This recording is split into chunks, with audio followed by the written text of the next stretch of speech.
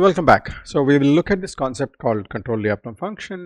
This is going to be a relatively short lecture, and we will look at the inverse optimality of these controllers coming from this control Lyapunov function. Right. So again, we will look at this simpler case of affine in control problem.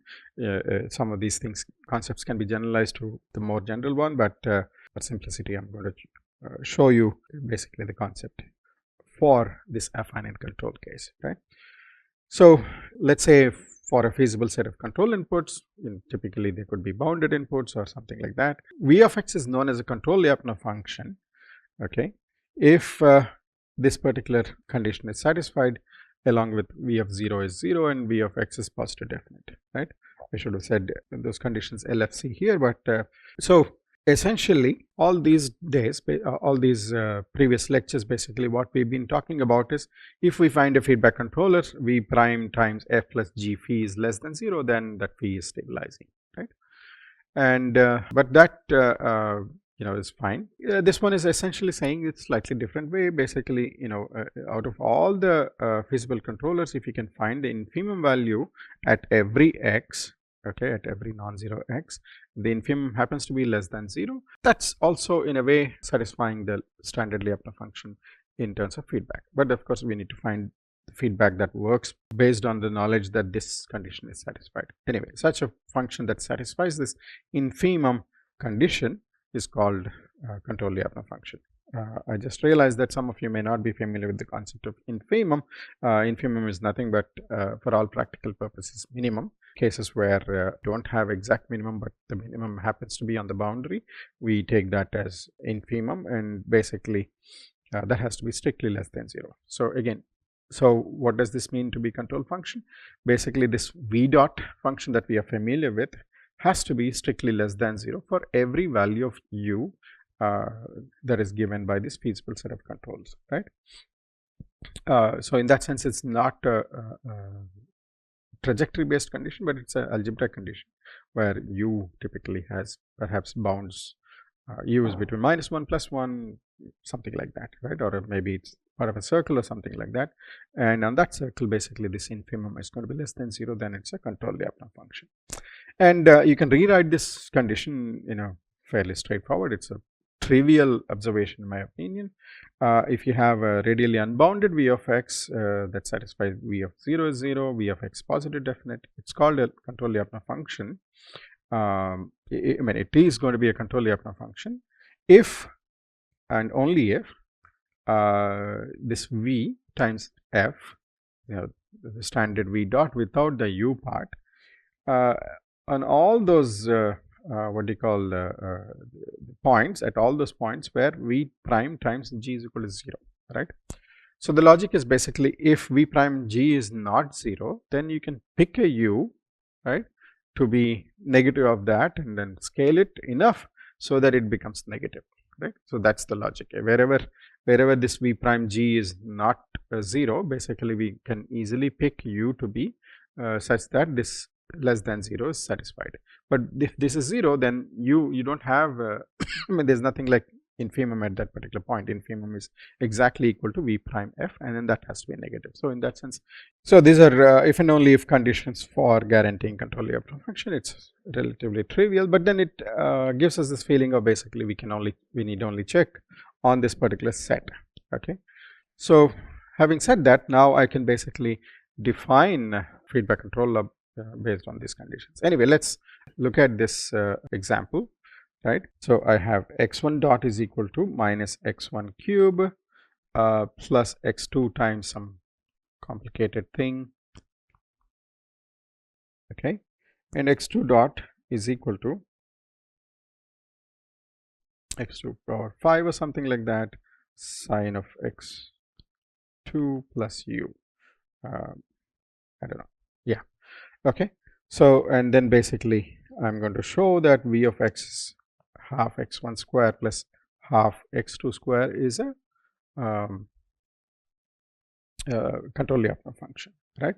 So for this particular thing, you can clearly see that g of x is 0 1, right? So and then v prime of course is x1 x2. So R, which is nothing but all x's where v prime times g is equal to 0, is nothing but R is nothing but x2 is equal to 0. Okay. So what do we want? F of x, of course, is this minus x1 cube plus x2 times something, and then x2 or 5 something something, right? The reason I'm not interested in those things, you'll see in a second. At x2 is equal to 0, basically f of x at x2 is equal to 0 is simply minus x1 cube x 0, right? So therefore v prime f is minus x1 power 4, right? So which is of course less than equal to 0, and this is not quite control Lyapunov function the way we defined here, where we needed strictly less than 0 on that particular set, but works actually less than equal to 0 will pose a little bit more difficulty, but still we satisfy almost this condition of control Lyapunov function, right? So anyway, now that we know what is a control Lyapunov function, can we actually design a feedback control law based on this control Lyapunov function? And the answer is obviously yes, otherwise we wouldn't be spending time in terms of understanding this concept, right? So let v be a control Lyapunov function for g. That means v prime of f is less than 0 for all v prime g is equal to 0, right, for all x as that. Then we define this phi of x, the feedback control law. That looks quite complicated here, and where alpha is basically this v prime f, and then beta given by this beta transpose is equal to v prime g. Okay, and then we claim that basically this is a stabilizing feedback control law for g. Okay, what is the proof of this? Well, I'm going to urge you to basically take this as a homework problem and then solve it. And the solution is basically, we already know v prime f is less than 0 for all the cases where v prime g is 0, right? The only case we have to look at is basically beta or v prime g is non-zero. In that particular case, basically v prime f plus g times this feedback law, right? So that will be minus, and then basically you will convince yourself, basically you will get strictly negative v dot, right, for all values of x, whether be it beta of x is equal to 0 or beta of x is non-zero. Either case, basically v dot is going to be 0, and that satisfies your standard Lyapunov function closed loop condition, right? So it's a stabilizing controller, right?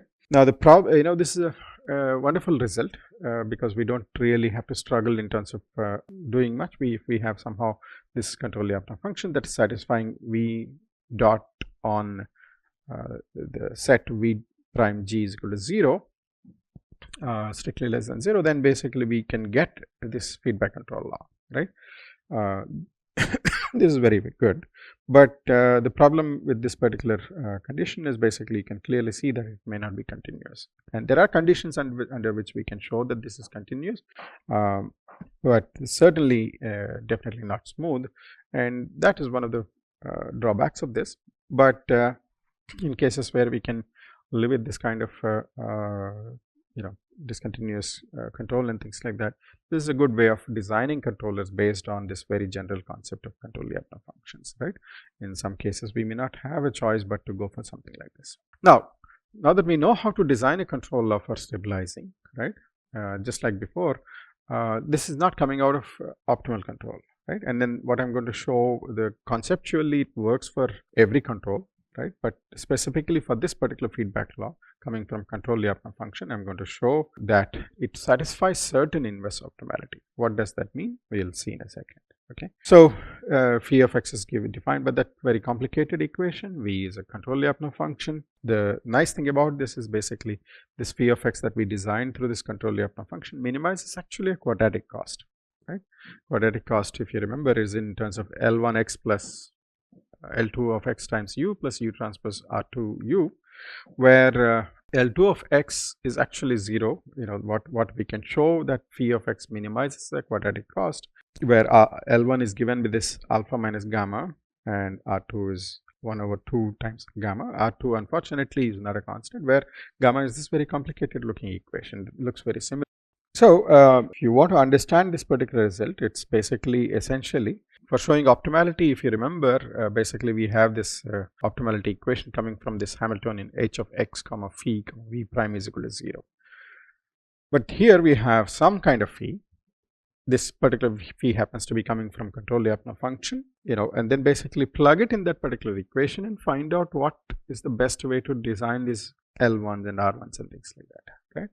So that's the concept of inverse optimality. So therefore this concept can extend to any arbitrary phi, and we can guarantee some kind of quadratic cost, just to get an idea that this is not arbitrary control, but it actually minimizes something. Suppose this L1 happens to be something that we see there, and if it is something that somehow we convince ourselves that it is still a good thing for minimizing in terms of your cost, this may be something that is restricting values of x, and that's a good thing.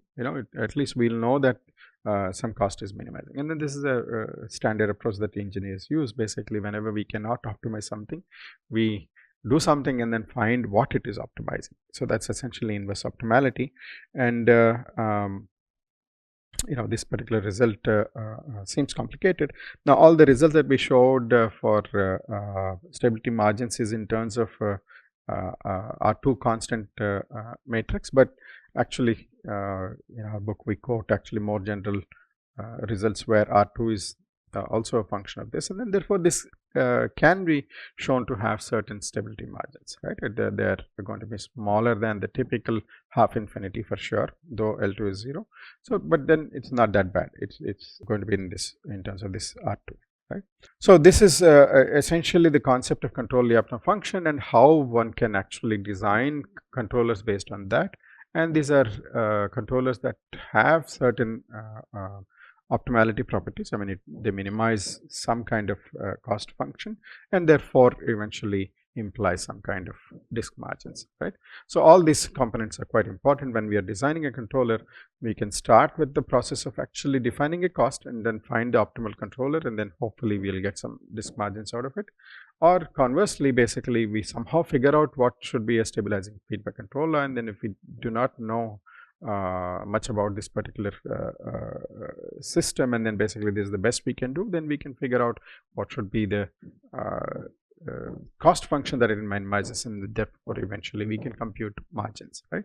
So there in this particular inverse optimality, actually getting the margins is far more important than just showing some function.